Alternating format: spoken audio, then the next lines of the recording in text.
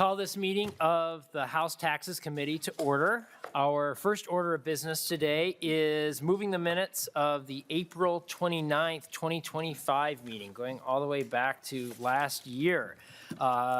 Representative Elkins, I'm sure you have a crystal clear memory of everything that happened back on April 29th. Have you reviewed the minutes? The minutes are comprehensive, so I will move their approval.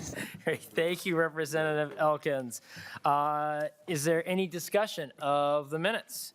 Hearing none, all those in favor of approving the minutes signify by saying aye. Aye. Aye. All opposed? The minutes are adopted. All right. Next, members, this is our first time back here in the 2026 session, and it's exciting. We've got a couple of new members to the committee this biennium, but I think all are returning members of the Taxes Committee. So we're going to give them an opportunity to just briefly introduce themselves. I'll just kind of work down the row here. The first is Representative Mike Howard. Just when you think you're done, I'm screwing up the analogy. I was gonna try to do the Godfather thing. Right? Pull me back Pull me in. back in. It's too early in the morning. I'm glad to be back on taxes, and it's as Representative David said, it's the most fun committee. So I had a year off and glad to be back. Great. Thanks, Representative Howard. Representative Bajay, welcome back to the committee. Thank you, Mr. Chair. Thank you also, Co-Chair Greg Davids. I am very happy to be back. I spent most of my time with the Tax Expenditure Review Commission, but now I get to be back on the full taxes team. So thank you. Thank you. And last but certainly not least, Representative Athena Hollins. Thank you so much, Chair. Thank you, Co-Chair Davids. Happy to be here. Represent District 66B, the northern neighborhoods of St. Paul, and I served on property taxes in my last term, but now I'm ready for the real thing. All right, we love it.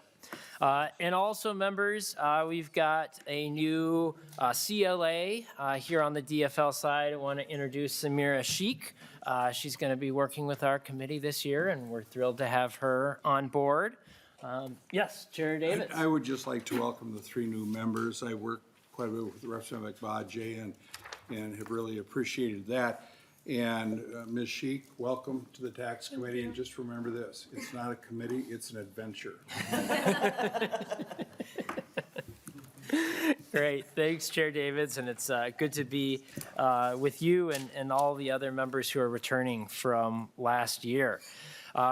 We've got some fun ahead of us today, members. We are going to be looking at the 2025 taxes bill that passed in the special session back in June. We've got our expert nonpartisan staff ready to go to help us walk through. Oh, Chair Davids. I'm sorry, Mr. Chair. I don't know if you have new DFL pages, Republican page. Maybe we could just introduce those pages. Let's see here. We've got some pages in the room. I know some of them are waving to us over here. Do you want to just stand up briefly and introduce yourself to the committee? Hi, I'm Sierra. I was on taxes last year. Happy to be back. Hi, I'm Tristan. This is my first year paging. Happy to be here. Great. All right. Well, thank you for your help in supporting the work of the committee. It takes a cast of seemingly thousands to keep us on track, Chair Davis. Yes, As I would say, we've got our, speaking of the people who keep us on track, our nonpartisan staff, we've got Mr. Williams and Mr. Clayman at the testifiers stand ready to go and begin by walking us through Article 1 of the 2025 taxes bill. And members, I believe you've got copies of the language, the fiscal impact, and a summary of it in your packets if you want to follow along. So, Mr. Williams, take it away. Chair Norris and members, for the record, I'm Sean Williams from House Research. Me and my colleague, Mr. Clayman, are going to walk through Article 1, which pertains to individual income and corporate franchise taxes. We're going to be broadly working from this Act summary document that's labeled Chapter 13 at the top. For the income article, because it's split between myself and Mr. Clayman, I think we're going to not go sequentially, but sort of discuss the provisions in groups based on the content of them. So sections 1, 2, and 9 of Article 1 require the Campaign Finance Board to establish an electronic filing system for the political contribution refund program. Sections 4 and 19 of Article 1 repeal the process of assignment for the Minnesota Education Credit. And then there's a series of sections that establish new individual income tax subtractions. So Section 5 and 17 pertain to situations of course debt. Sections 6 and 17 pertain to a consumer enforcement public compensation account that's established in Article 8 of the bill. We'll discuss that a little bit later, but it pertains to situations where individuals are basically there's consumer actions and money is collected on behalf of no particular individual. And that money, there's an account established in the bill to sort of provide restitution to consumers who were financially harmed. Section 7 of the bill establishes a subtraction for the employer student loan payments of certain critical access dental clinics. Section 8 of the bill establishes an income tax subtraction for foreign service pensions. And then Section 19 of the bill establishes a temporary one-time subtraction for certain stipends that were approved as part of a collective bargaining agreement between the state of Minnesota and the SEIU union. And my colleague, Mr. Clayman, is going to proceed with the rest of Article 1. Great. Thank you, Mr. Williams. Mr. Clayman, please proceed. Thank you, Mr. Chair. Going back to Section 3 of the bill was a provision related to the sustainable aviation fuel credit and how the allocation and the rollover for that credit would work. And then skipping ahead to Section 10, Sections 10 through Section 13 were the provisions that allowed the partial refundability for the research and development credit in Minnesota. Sections 14 and 15 relate to the short line railroad modernization infrastructure credit. And that contains provisions related to the application for the credit to the Department of Transportation and clarifies how the assignability provisions for the short line credit will work. Section 18 was the provision related to the correction of certain errors in designations of funds to go into an IRA retirement account. And Mr. Chair and members, that concludes our overview of Article 1. Great. Thank you, Mr. Clayman. I see Mr. Cope coming up next. My understanding is, well, maybe I'll first pause and see if members have any questions on Article 1 before you step away from the testifier stand. Any questions, members? All right, to Mr. Cope on articles, we'll start with Article 2.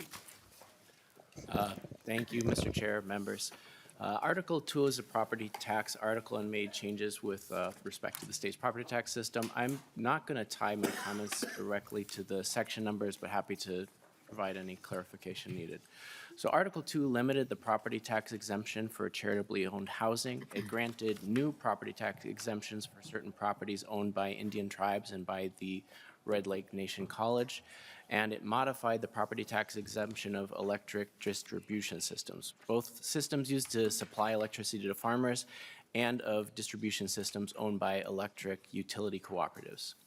Additionally, the article granted authority to local governments to award economic development abatements to land-based organizations. It extended the property tax exemption for certain property that Bloomington was holding for economic development, and it modified certain requirements regarding property tax notices to remove requirements that fiscal disparity adjustments be included on them. Article 2 also increased the amount that third-class cities could levy for musical entertainment and modified the interest rate applying to repayment plans on properties with delinquent taxes. And it modified the agricultural property tax classification. Further, it clarified the scope of housing properties subject to income limitations necessary to qualify for the 41 property tax classification, and it allowed assessors in metropolitan counties to reduce the property valuations of properties in conservation easements. And that concludes the walkthrough of Article 2, Mr. Chair. Great. Thank you, Mr. Cope. Questions, members, on Article 2? All right, seeing none. We're going to skip ahead to Article 4, and we'll come back to Article 3 in just a bit. Mr. Cope, Article 4. Thank you, Mr. Chair. Article 4 was the state aids article. This article reduced the Sustainable Forest Incentive Act payment rate and clarified withdrawal procedures for participants in the program that wish to withdraw as a result of the reduction. The article modified the distribution formula for town aid to ensure that the full amount of the town aid appropriation was expended each year. It also halved the annual appropriation for the aquatic invasive species prevention aid and provided special legislation for the cities of Alpha, Baldwin, Odin, Stewart, and Trotsky. And that concludes the overview of Article 4, Mr. Chair. All right. Any questions on that article? All right, proceeding to Article 5 then, Mr. Cope. Thank you, Mr. Chair. Article 5 is the tax increment financing article. It extended the expiration of a temporary tax increment financing authority that was granted in 2021 by 1 year. It had been set to expire at the end of 2025 and now will expire at the end of 2026. The article also established and modified special tax increment financing legislation for the cities of Bloomington, Brooklyn Park, Brooklyn Center, Eden Prairie, Edina, Maple Grove, Maplewood, Marshall, Minnetonka, Moorhead, Oakdale, Plymouth, Ramsey, St. Cloud, and St. Paul. And that concludes the Article 5 overview, Mr. Chair. Any questions on the TIF provisions? All right, we're moving through at a rapid pace here. Thank you, Mr. Cope. I see Ms. Hagler coming up next. Ms. Hagler, I understand you're going to start with Article 3. Is that correct? Yes. All right, Article 3. Good morning, Mr. Chair and members. I will first walk through Article 3, which is the sales tax and excise tax article. Sections 1 and 2 refer to the June accelerated payment requirement that requires vendors with an annual tax liability of $250,000 or more that they remit a portion of their tax liability for June before the end of June, whereas typically they would be the following month. Section 2 imposes the penalty for any underpayments, and both of those sections are effective June 2027. Section 3 increased the gross receipts tax that's imposed on the sale of cannabis products from 10% to 15%, and that went into effect this past July 1. Section 4 repealed the electricity portion of the exemption for data centers, and that also took effect last July. Section 5 was a credit or provision related to breweries and allowed brewers that qualify for the brewer tax credit to file their alcohol excise tax returns annually without notifying DOR of the intent to do so. Mr. Chair, that is Article 3.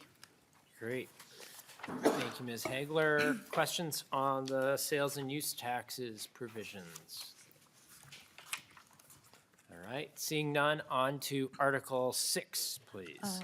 Mr. Chair and members, Article 6 is a short local sales tax article that provides two provisions relating to the existing local sales tax in the city of Hermantown, and it authorized the city to use their tax revenue for multiple sewer lines and pump station projects rather than just one project, and it extended the expiration for an additional 10 years.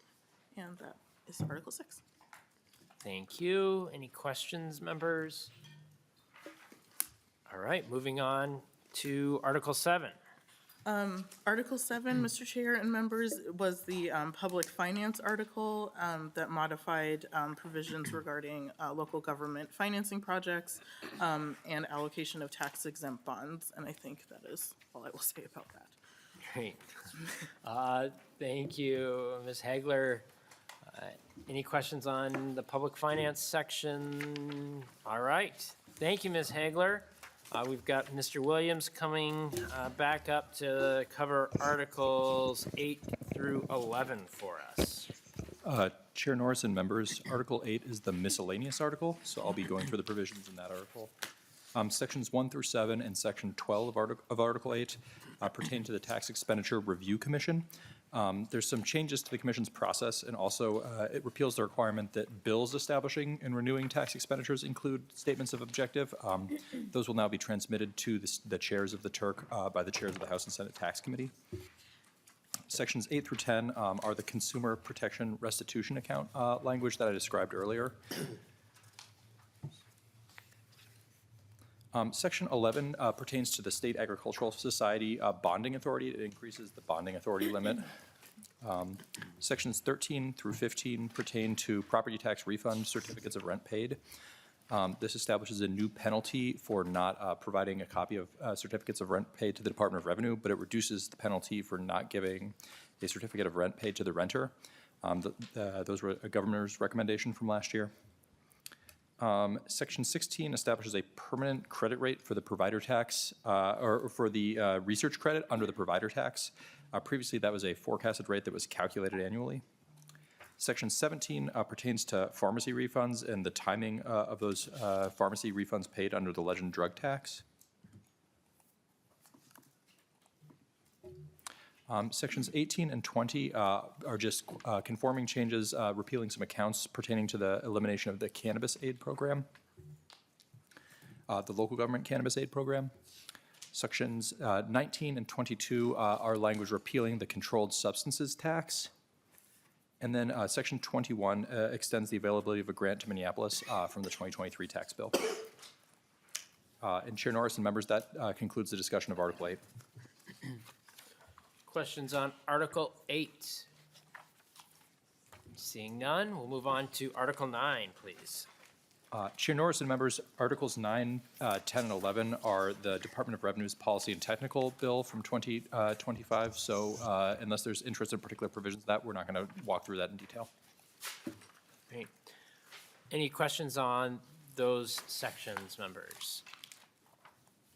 All right. Thank you, Mr. Williams, and the whole team for walking us through the summary of the bill. We're now going to invite our fiscal analysts, Ms. Templin and Ms. Highmark, to walk us through the fiscal summary of the bill that should be in your packets as well. And I believe we're starting with Ms. Templin, is that right? Yes. All right, please proceed. Good morning. My name is Cynthia Templin, and I'm a fiscal analyst from the Nonpartisan House Fiscal Analysis Department. We've just heard a high-level summary of tax provisions that were enacted last session. Next, my colleague, Katrina Highmark, and I will discuss at a very high level and very briefly the enacted provisions that had a fiscal impact. While the focus of our presentation is to provide a high-level overview, please know that if you want to dig deeper, we have included a detailed spreadsheet on the following pages of the handout that you have. So the structure of our presentation is on the first page of your handout. You can see that we have a summary of what was enacted and the fiscal impact, and it's divided into two sections. Both sections show the fiscal impact to the general fund.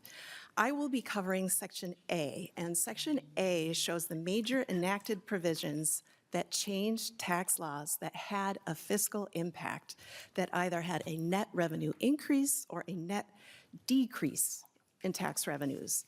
Section A does not show any appropriations.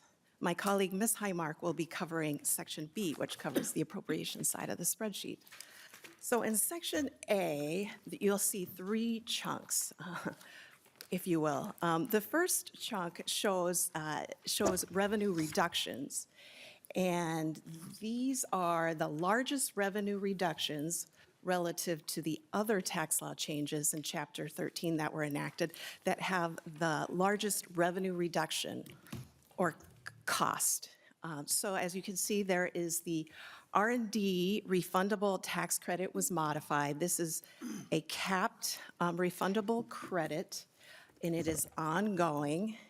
And this has an estimated fiscal impact of $40.8 million in 26 and 28, and $39.6 million in the 28-29 biennium. There's also a new foreign service workers pay subtraction, and this provision is estimated to have a fiscal impact of $20,000 in each biennia.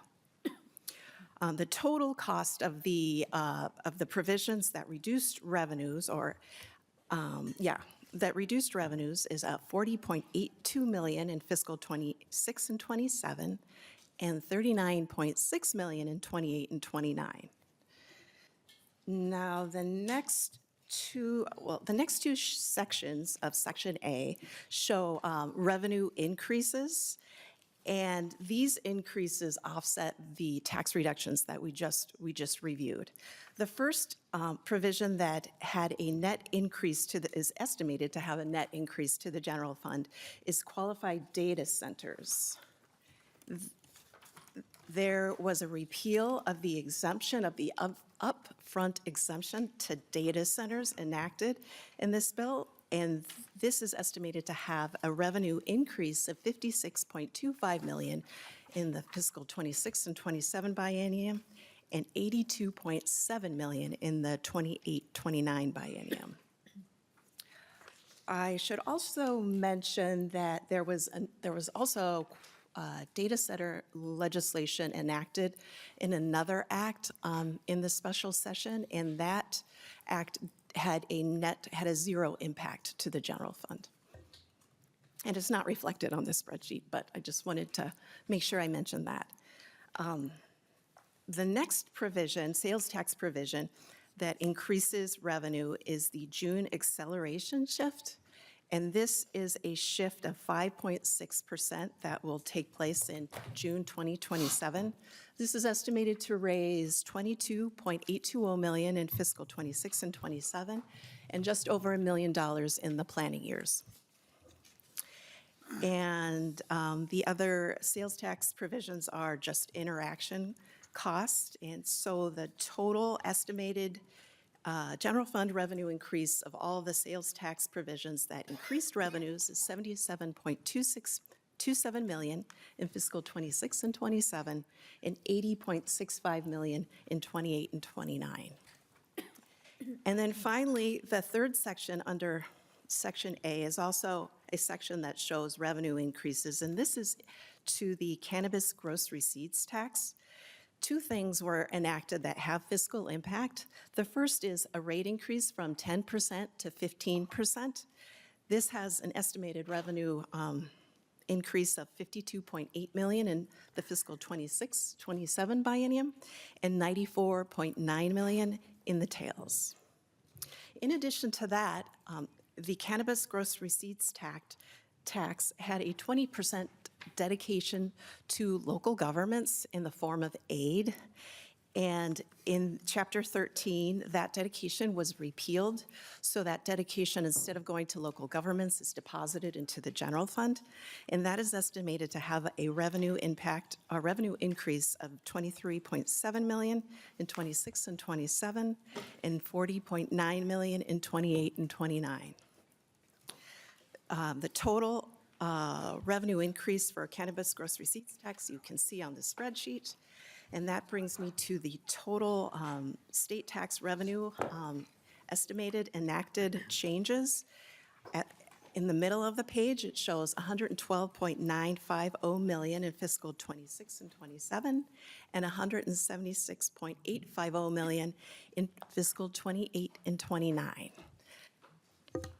And that concludes Section A of the summary. Thank you, Ms. Templin. Representative Hewitt. Thank you, Mr. Chair. And just real quickly, on the data center revenue, is that because of the sales tax exemption repeal, and then, or is that in the outliers, is that more predicted ones coming online? Mr. Chair, Representative Hewitt, the revenue impact that you see in the summary sheet is for the exemption of the repeal of the upfront electricity exemption only. Any other questions from members on this portion of the fiscal summary? All right, next to Ms. Highmark. Mr. Chair, members, good morning. My name is Katrina Highmark. I am the other fiscal analyst that staffs the Taxes Committee.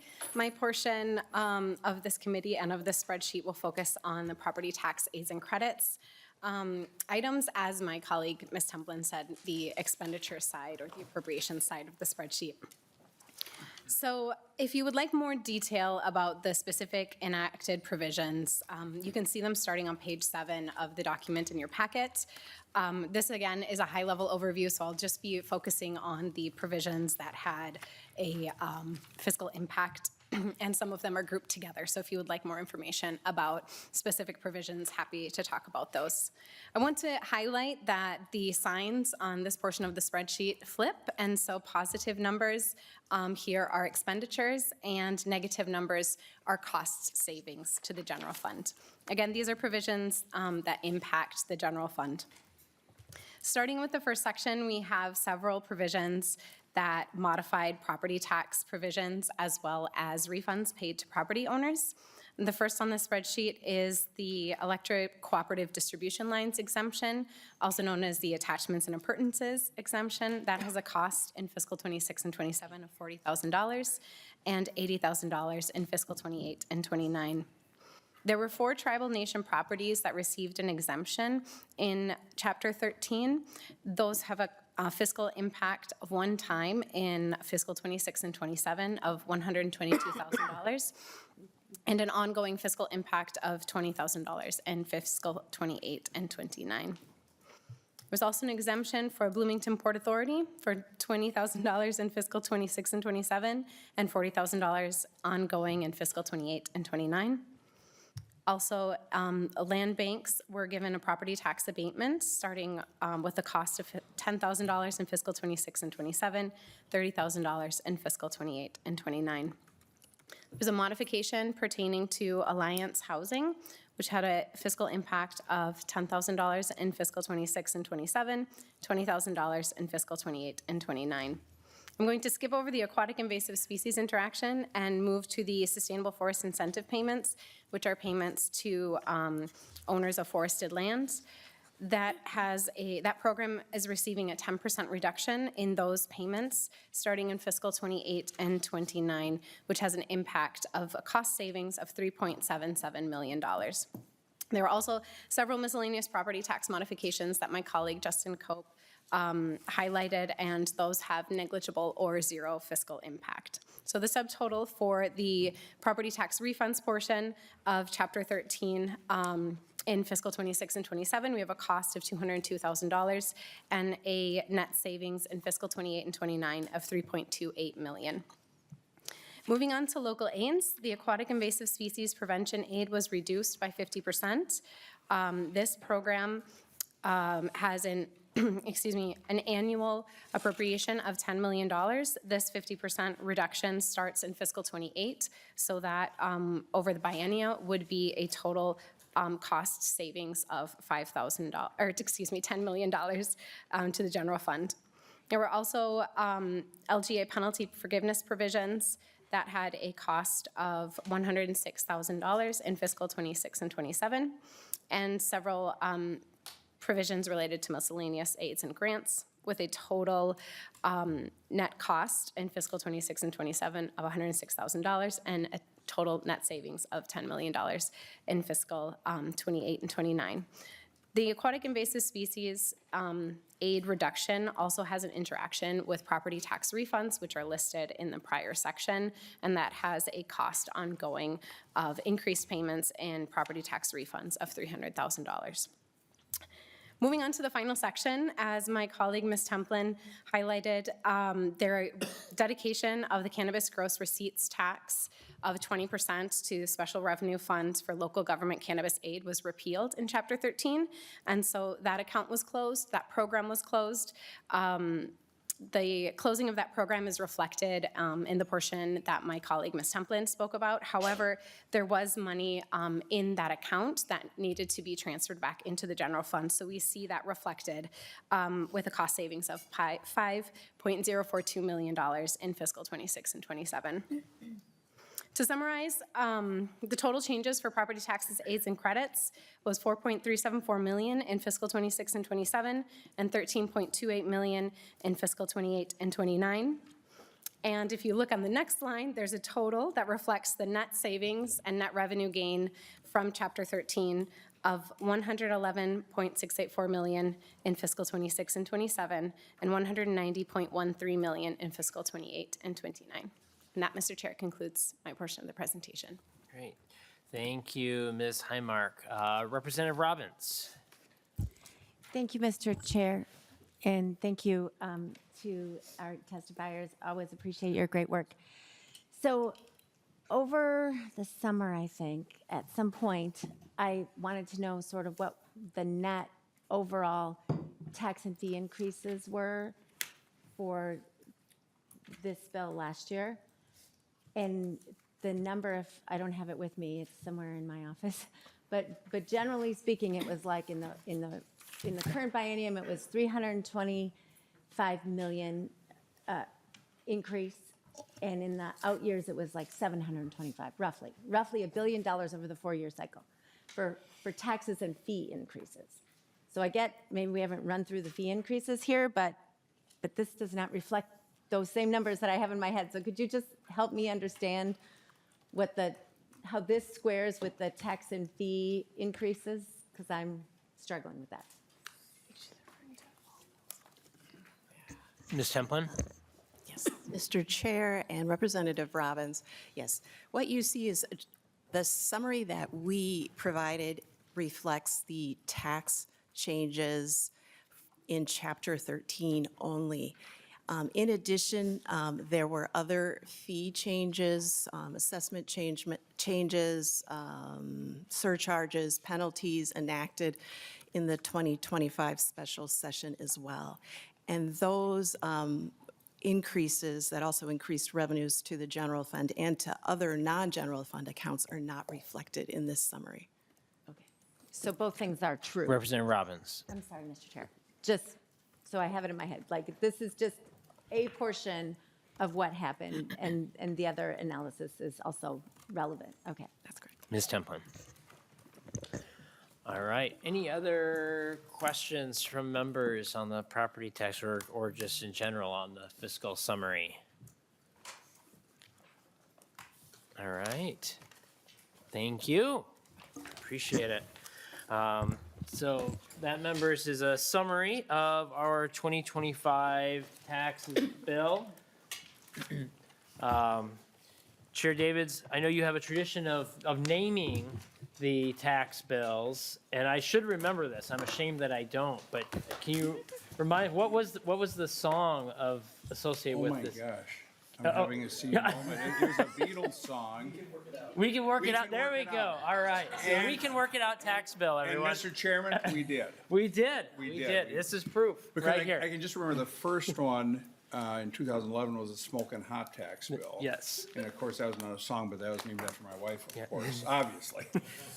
So that was the first one. Then all the rest have been songs since then. So we should I'll put together a list for everything. That would be helpful, because yeah. That'd be helpful. Yeah. And be thinking about names for this year's tax bill. Are we wrapping up? Yes. Oh, Yeah. So okay, if you want to okay. walk us Oh, through then I a should- preview of coming attractions. Yes, yes. And again, I welcome the 3 new committee members and the committee legislative assistant. Chair Norris, thanks for your work today. Appreciate it. And I want to thank Chair Gomez. Everything we went over here was put together by this committee with the help of Chair Gomez, Senator Restover in the Senate. And some people said it couldn't be done. I said, you just watch. We will get this done, and we did. I've agreed to hear the governor's bill when that comes forward. That can be on my day unless Chair Gomez wants it on her day. We do need to hear the governor's bill. And Commissioner Marquardt has, I think, some very, very good ideas he wants to move forward. So some have said, oh, you won't have an even year tax bill. You're not going to have a tax bill. That's not the attitude that I'm coming at it with. I want to go full bore ahead. There's things that our cities, our counties need, and I think we need to hear those and do everything we can for them. So with that, like I said, we will hear the governor's bill. Our next meeting is tomorrow, and We have the House Research and House Fiscal overview of basically conformity. And I want to thank House Fiscal and House Research today for that information. I think it's good to get this as kind of a base as to where we're heading here from now. And then we're going to hear a bill that I support, House File 387, Norris Blaine's certain special tax imposition. Am I on that bill? Jennifer, am I on that I'm bill? not sure if you are, Chair Davids. We'll find out. Let's make There's sure I there's get on. room. You're always welcome to join. Okay, I'll get on 387. All right. That'd be Great. awesome. So with that, thank you, Mr. Chair, and I'm looking forward to tomorrow, too. Great. Thank you, Chair Davids. Anything else? All right, seeing none. Thanks for a great first meeting of the 2026 session. And with that, we are adjourned. Thanks, members.